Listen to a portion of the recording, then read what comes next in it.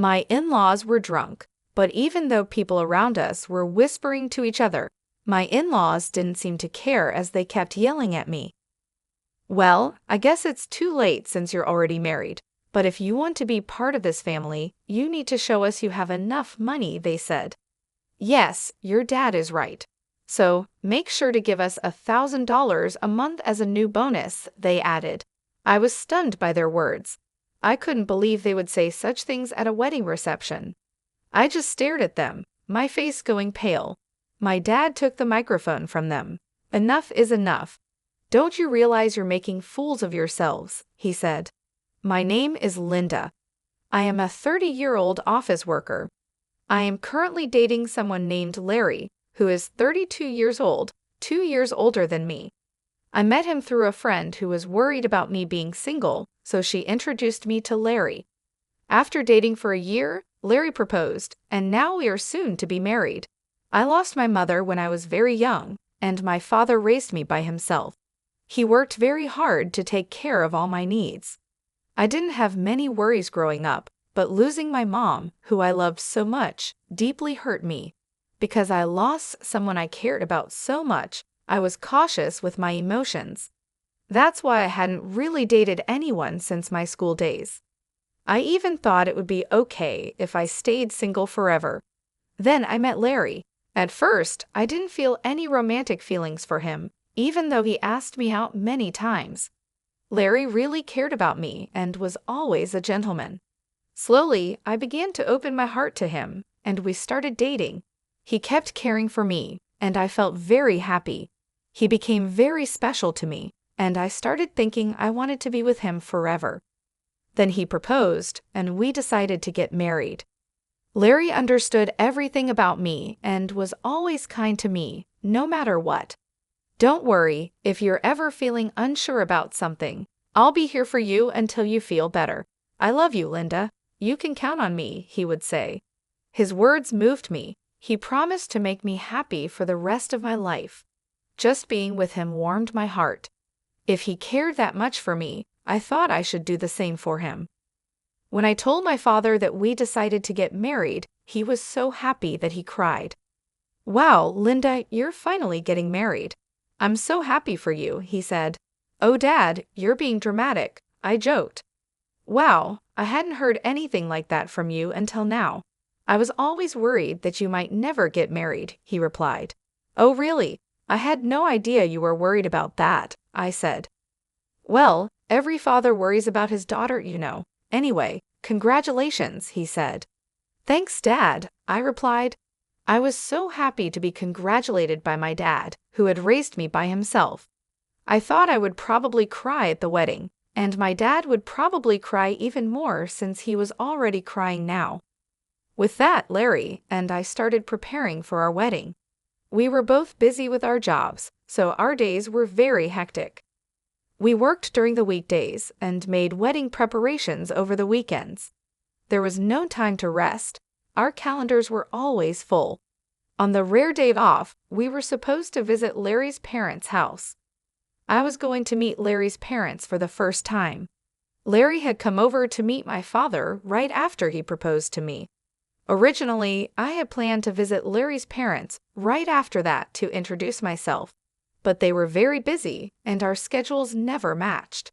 Finally, some time passed, and we managed to arrange a visit. As we arrived at his parents' house, I suddenly felt nervous. "Don't worry, my parents are very kind," Larry reassured me. His words made me feel a bit better, and I rang the doorbell. It was his mother who opened the door. "Mom, I'm home," Larry said. "Welcome home, Larry. It's so good of you to come," his mother replied warmly as she talked with her son. I greeted her as politely as I could. "Nice to meet you. My name is Linda, and I'm Larry's fiancée." "I see, so you're Linda," she said. Her voice was much lower than when she spoke to Larry, and her smile vanished. She looked me up and down as if judging me. Then she led us to the living room, where her cold attitude didn't change. "Linda, I'm curious about what you bring to the table. Larry is our treasure and our only child. If you're going to marry him, you need to be a suitable wife. Are you worthy of him?" she asked. more like an interrogation. I was taken aback by her question. I hadn't expected such a cold attitude from my future mother-in-law and was at a loss for words. "You're going to join our family, you know. Are you ready for that?" she continued. True, marrying Larry meant joining his family. But it's not like Larry's family were the Kennedys or some well-known high society family. It's not like I was marrying into a royal family. Why was I being asked to make such a commitment? Besides, I wasn't even going to live with them. I don't like being pressured with questions like these. As I was thinking about how to respond, his mother seemed impatient with my slow reply and scolded me harshly. "When I ask you a question, answer me right away. You're so rude," she snapped. "I'm asking if you're ready for this," she continued, raising her voice. Despite feeling overwhelmed, I managed to say, "I hope that Larry and I will support each other in our marriage." When I said that, his mother was not convinced. What a naive thing to say. You aren't just going to support each other. You are supposed to support Larry. It's your job as a wife to support your husband. You don't even understand the basics, she criticized. Then, Larry's father, who was sitting next to her, intervened. "Honey, calm down. Sorry about that, Linda. You must have been startled by my wife's words," he said, trying to ease the tension. "It's all right," I replied, trying to remain calm. His mother is very protective of her only son. Maybe she was just nervous and spoke without thinking. Just then, Larry's brother walked in. He spoke in a quiet, calm, and gentle tone. He seemed like a kind man, which gave me a moment of relief. But that relief was short-lived. With a smile on his face, he said the most unexpected thing. "What my wife says is actually justified. What concerns me the most is that you come from a single-parent family." "What do you mean by that?" I asked, confused. "Well, being raised by just one parent doesn't have a good public image. We can't be too happy to have such a person become the wife of our only son, can we?" he explained.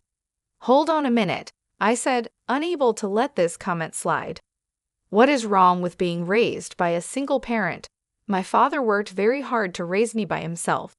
I am very thankful for my upbringing, and I am proud of my father. Being raised by a single parent doesn't make me any less valuable." But they still argued, since you were missing one parent, you couldn't have learned how to be a good wife, do housework, and such. I responded, "I did a lot of housework to help my father. I can also cook pretty well, so please don't say that." Despite my response, Larry's words ignored what I said, and he finally stated, "I will allow you to marry Larry, but in exchange, you must promise to devote everything to us because we are Larry's parents. Can you promise me that?" "What?" I was shocked. "Wow, since you came here to ask for our permission to marry our son, you do know what your duties are, don't you?" Before I could say more, he continued the conversation. I found that my in-laws had completely taken over the conversation, giving me little chance to respond. That night, as I thought more about the marriage, I decided to share my feelings with Larry. "Say, Larry, do your parents always talk to people like that?" "What about it?" Larry seemed unfazed. I was surprised that Larry didn't see anything wrong with what his parents had said to me. "Well, I mean, the way your parents spoke to me and what they said." "Oh, really? Well, they were just talking about whether you were ready for this marriage." "I get that your parents are worried about their son's marriage, but I feel like what your parents were saying was a bit too much." "Really? Why is that? My parents didn't say anything wrong. Besides, they've given us permission to get married, so don't worry about it." That's true, but I felt uneasy that Larry seemed to side with his parents more than with me, and that was very troubling. I guess he realized I was feeling unsure because he gave me a hug. "Linda, you don't have to worry so much. My parents are just a bit upset because their only son is getting married," he said. He spoke as if he didn't fully support me. "It's all going to be fine. Don't overthink it. I'm sure they just want what's best for us. They want us to be as good of a couple as they are. That's why they were a bit harsh." "Oh, really? I replied. Like he said, maybe his parents have high expectations for us. But even if that's the case, I don't think it's right for them to belittle me because I was raised by my father. I don't think people who say such things make a good couple. We are the ones getting married, and we should be the focus, not their approval or disapproval. With that perspective, although I was still a bit upset, I decided not to dwell too much on his parents' opinions. Then, the day of the wedding arrived. We had many guests, including our relatives, friends, colleagues, and bosses. I walked down the aisle with my father, who had raised me all my life. Larry and I exchanged our vows and rings. We were met with applause, and for the first time, I truly realized that I was getting married to Larry. I felt a happiness I had never felt before as we walked into the reception hall. We made our way through the crowd, greeted by videos of us as part of the entertainment. It was a joyful time. I chatted with friends I hadn't seen in a while, and many people congratulated us. Despite my earlier worries about his parents, I was glad I had decided to marry Larry. I was glad we decided to have a memorable day. After the ceremony, we planned to officially register our marriage, and I would become husband and wife. I cherished every moment and felt so happy. Time flew by, and soon it was time for the final part of the event. The bride, groom, and both sets of parents lined up to greet the guests. But I started to feel uneasy because of Frank's parents. We were all supposed to be standing in line, but his parents were wobbly on their feet. If you looked closely, you could see that their faces were bright red. They had drunk too much. Some relatives asked if they were okay. My in-laws were clearly drunk, but we had to wrap up the ceremony and get it over with. The moderator handed the microphone to me and Larry. Suddenly, Larry's mother snatched my hand away from him and yelled at me like a professional wrestler in the middle of a challenge. Listen to me, Linda. After this wedding, you are going to devote yourself to us completely. Prepare yourself because we are going to test you really hard. The guests started whispering to each other, and some even thought it was a joke and laughed. Then, Larry's father grabbed the microphone. Linda, don't you feel embarrassed to wear a dress like that? It doesn't suit you at all. Dear, you should tell her the truth, his mother chimed in. As expected, the whispers among the guests changed in tone. I looked at Larry, hoping he would stop his father's rude comments. But Larry said he couldn't do that, and that his parents weren't doing anything wrong. It became clear he would never protect me from his parents in the future. That was the moment I realized it. I was certain of it, even as the hall buzzed around us. My in-laws were drunk and continued to insult me. Well, you're already married, but if you're going to be part of this family, you need to prove that you have enough money, they said. Yes, that's right, they continued. After you register your marriage at the city hall, you should give us a few $1,000s a month and your entire bonus. I was shocked by their words. I never thought they would say such things at our wedding reception. I just stared at them, feeling my face go pale. My father took the microphone from them. Enough of this. Don't you realize you're making fools of yourselves? He said, though still showing some respect. His parents glared at my father. Why are you interrupting us while we're talking? I knew this woman's father was no good. Single parents are never any good, they said. Why do they talk like this? How dare they insult my father? I thought. My father, keeping his cool, replied, You people are even worse than I imagined.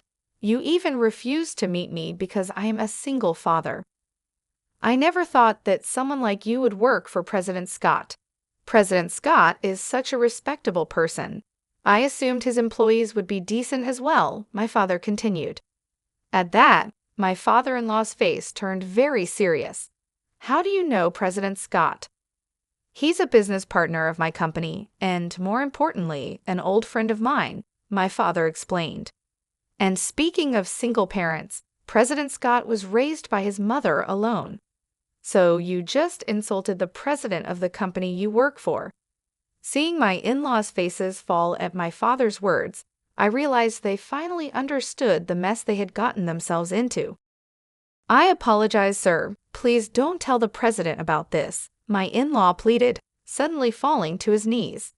Just moments before, he had acted like he was in charge, but now he looked defeated, and I could hear laughter from the guests.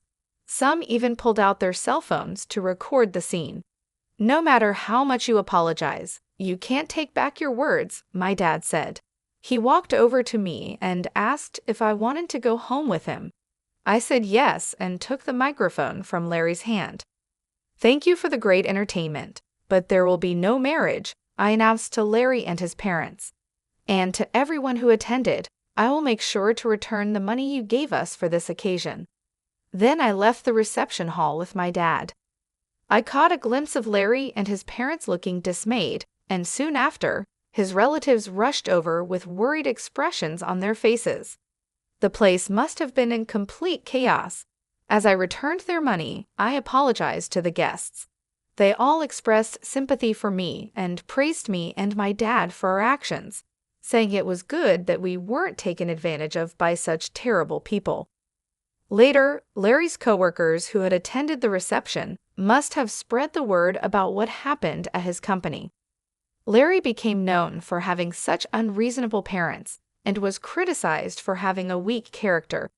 His embarrassment was so great that he resigned voluntarily. And of course, the president of my father-in-law's company found out about the incident. Larry's father was demoted and sent to an insignificant division of the company, transferred to a remote office in the countryside. I heard that Larry's family has been ostracized by all his relatives because of what happened at the wedding. While it's unfortunate, it really was their own doing, and sometimes things like that just can't be avoided. In the meantime, I've been using this opportunity to strengthen my relationship with my dad. We've been spending more quality time together, and it's helped me appreciate all he's done for me even more. One day, he sat me down for a serious talk. "Linda, are you interested in running the business?" he asked, looking at me with a mixture of hope and seriousness. "Do you mean?" I started, a bit unsure where he was heading with this. "Why don't you work towards becoming the president of my company?" he suggested. It was a big step, and he seemed to believe I was ready to take it on. "I'll do my best," I promised him, feeling a mix of excitement and nervousness. I decided then to focus on stepping up my game at work rather than getting entangled in romantic relationships for now. I wanted to prove to myself and to my dad that I could excel and perhaps one day be a great leader like him. Currently, I am deeply involved in learning everything I can at my dad's company. The work is challenging but fulfilling, and I'm determined to make the most of this opportunity. Reflecting on the wedding fiasco, it's clear that Larry's in-laws were quite unreasonable, turning what should have been a beautiful event into a spectacle. Thankfully, since the marriage wasn't officially registered, Linda myself in this scenario was spared from a legally binding mistake. Now, free from any marital ties, and with no looming in-law issues, I can focus solely on my career aspirations. It's a relief to know that out of a chaotic situation came a clear path forward for me. I look forward to what the future holds and am excited about the potential of leading the company. I wish myself all the best and hope that anyone watching this story can take something valuable from it. Thank you for staying till the end. Please consider subscribing if you enjoyed this story, and I hope to see you in the next video.